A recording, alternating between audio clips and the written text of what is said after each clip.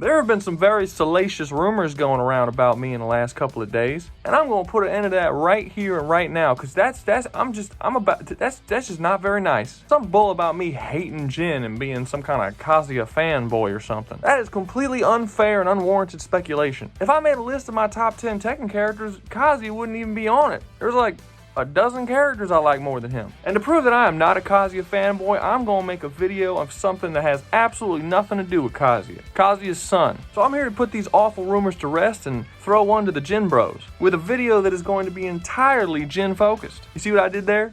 Jin Bros? It's kind of like Gym Bros, like when you go with your bros to the gym, but I replaced the gym with Jin. So it's like Jin Bro. It's a play on words.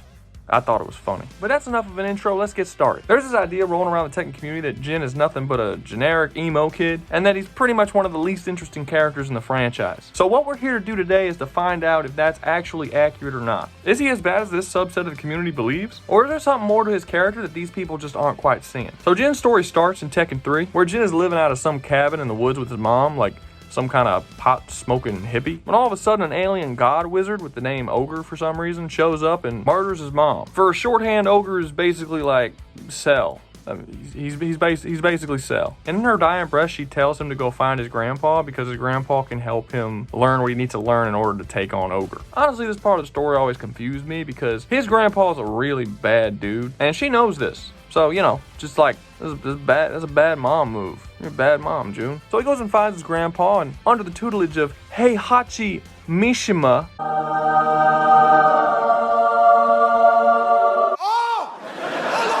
he learns Mishima-style karate that gives him the power and skill to take on Ogre and avenge his mother. So the story of 3 is a very basic hero's journey, just like Star Wars, Avatar The Last Airbender, Lord of the Rings, etc. They throw in a couple of interesting curveballs like Ogre hunting fighters around the world, and the master trope character actually turning out to be evil and trying to kill the protagonist at the end. But for the most part, it's just a very basically told hero's journey. If you were to take Jin from just this game and I were to ask that question to you at the very beginning of whether or not he's a boring character, the answer would be yes. He's a very boring character in this first game. There just really isn't a whole lot to him here. The game's story is structurally sound. Like I said, it just uses the same structure as a hero's journey, but there really isn't anything thrown in about Jin that makes him more interesting than any other character. It's really just used as an excuse to have the characters fight. As far as this game goes, there's really nothing I can tell you about Jin's character other than he wants revenge on Ogre for killing his mom. 4 is where they actually try to give him a bit of character, and I'll give them a little bit of credit here. So the Tekken games are actually really good at using story to explain gameplay. In Tekken 3, Jin's fighting style is very similar to Kazuya's. He's basically a carbon copy with a few small differences here and there, and they explain that by having him getting tutored under Heihachi Mishima. In the 4th game, since they bring Kazuya back, Jin's fighting style completely changes, and they explain this by having him have such a hatred for the Mishimas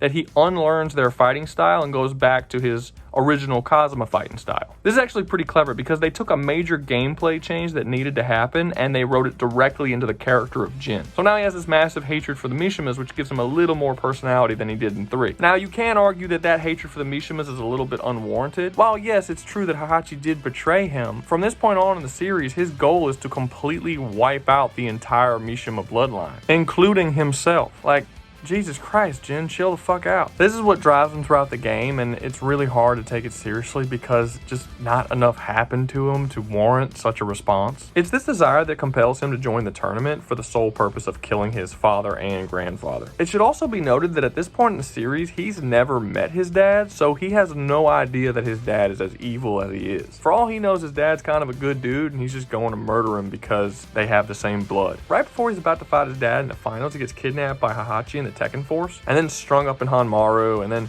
Kazuya decides to go after him. And then you have this giant 3-way conflict where Kazuya wants to steal Jin's power for himself, Heihachi wants to use Jin's power to kill Kazuya, and Jin just wants to survive. By the end of the conflict, Jin gets out of his chains, beats both Kazuya and Heihachi, and right before he's about to kill Kazuya, his mother's influence gets into him and he decides not to and flies away. The story told here isn't bad, it's the details around the story that don't make a whole lot of sense. Like I said, there's really no reason for him to want to wipe out his entire family line to begin with, so the fact that he ends up not doing it isn't really all that satisfying because you don't entirely understand why he wanted to do it in the first place. Personally, I think it would have made a lot more sense if in 4 he decided to join the tournament solely to get revenge on Heihachi. This is where he would meet Kazuya by happenstance, and through meeting Kazuya realizing just how dangerous the Devil Gene can be and what it could do to him in the future. Then after beating Heihachi and Kazuya, choosing not to murder him, because he then starts questioning whether or not this vengeful streak he's been going on against Ogre and then Heihachi was actually all because of this corruption from the Devil Gene in his blood. You can then have him in Tekken 5 become this character who starts to actually hate the blood inside of him and trying to get rid of it. This would make way more sense than having him just be a generic hero in 3 and then all of a sudden a psychopath in 4. Anyway, Tekken 5 picks up right after he leaves. The Devil Gene takes over his body and destroys basically an entire forest, and then he starts having these nightmares of his corruption spreading and him slowly losing his mind to the Devil Gene. The story of this game is written very sloppy because from that point on he decides to join the tournament, although it's never explained why. We know that he's seeing these nightmares of him being corrupted, but we don't know how joining the tournament would in any way stop that. He just goes on this beeline directly to Jinpachi to beat him, so you can kind of assume that the spirit possessing Jinpachi is the reason why Jin is having these nightmares, but the game never tells you that. You just have to sort of come to that conclusion on your own because it's the only way that it makes sense why he even cares to take out Jinpachi. Jin's main goal that's set up in 5 is to get rid of the nightmares, and he goes after Jinpachi. I don't know how he knows that Jinpachi is the one giving him the nightmares, or if Jinpachi even is the one giving him the nightmares. Like I said, it's very sloppily written. Jinpachi doesn't even have the Devil Gene, and there's really no reason why Jin should believe that he does. So I kind of just connect the dots in my mind where I sort of assume that Jin has some sort of sense that he knows that the nightmares are coming from Jinpachi, and that's why he's going towards him. But again, the game doesn't explain it. The game ends with Jin defeating Jinpachi and taking over the Mishima Zaibatsu as he is now deemed the winner of the Iron Fist tournament. This leads into 6, where his next storyline is just a natural evolution of what he's been doing this whole time, which is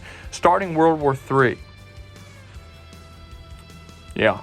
So many people think that this is where the series jumped the shark, and kind of. So Jin starts World War III so he can cause all kinds of chaos to happen around the world because Azazel, the creator of the Devil Gene, who's been asleep for thousands of years, will awaken if enough chaos is created on Earth. But basically Jin goes from a well-meaning but kind of psychopathic character to just a straight up evil dictator in a single game. He causes the chaos he needs to, Azazel awakens, he defeats Azazel in the hopes that it will permanently destroy the Devil Gene. Jin then gets picked up by the UN as a prisoner before he turns into Devil Jin, blows up the helicopter and escapes. He then fights Hwoarang beats his ass because he's in a weakened state. He's captured by Yggdrasil, and then he's given the time to recuperate because Yggdrasil believes he's the only person who can take out Kazuya. Okay, we're caught up with the story. So what is the issue with Tekken 6's story? Kind of the same thing that's wrong with all the stories. It's just not clear how Jin got from A to B. We don't know how Jin's mindset in Tekken 5 got to his mindset in Tekken 6. It's just such a massive leap for his character, and not enough happens in between there to make us believe that he would make those decisions. Now in Tekken 8, he seems like he's having a storyline where he feels racked with guilt about the stuff that he did in 6. He's trying to make up for it by going after Kazuya. But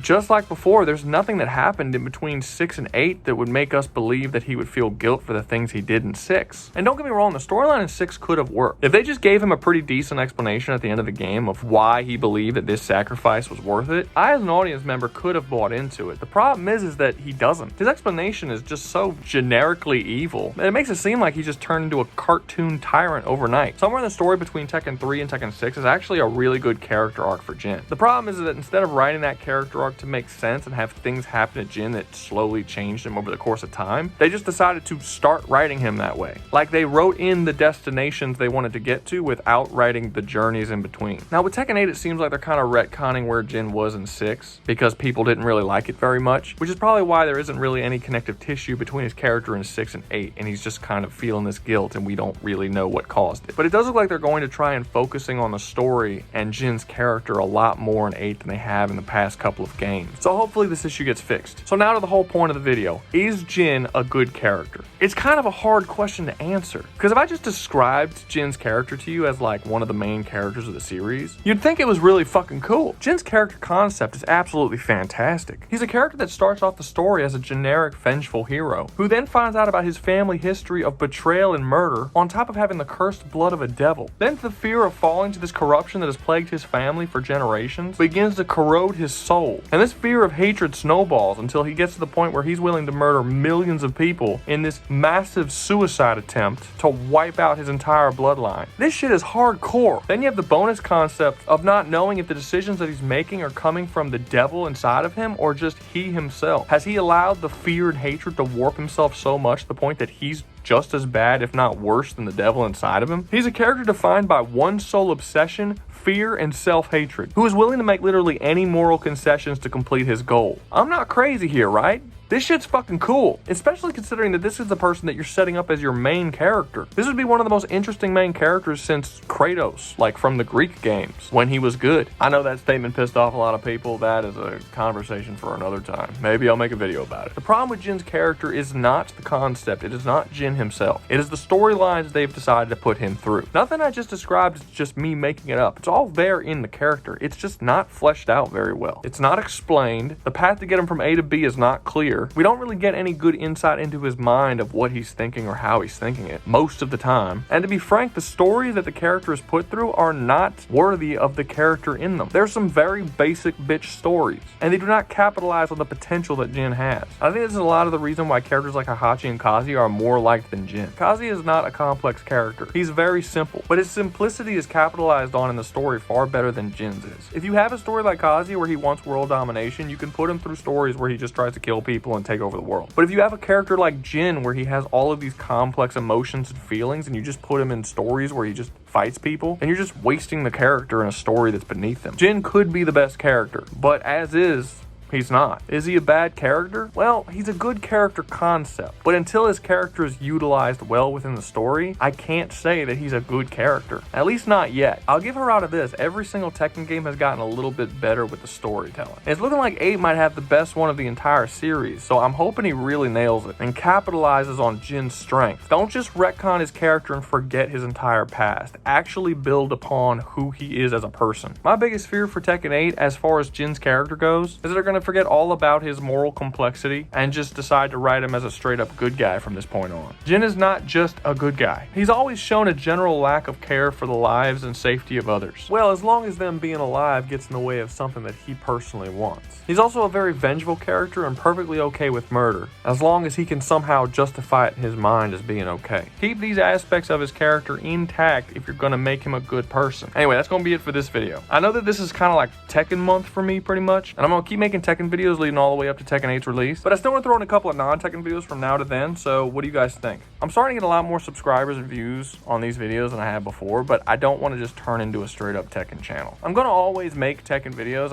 I like Tekken, but I don't want to be put into a box and be known as the Tekken guy. There's a lot of shit I like and a lot of shit I want to talk about. Anyway, please let me know in the comments what you guys think. And just in case I'm not able to release another video before Christmas, I want to wish all of you guys a Merry Christmas out there, alright? Anyway, if you enjoyed the video, make sure you like, subscribe, hit that little bell icon, and y'all be safe out there, you hear?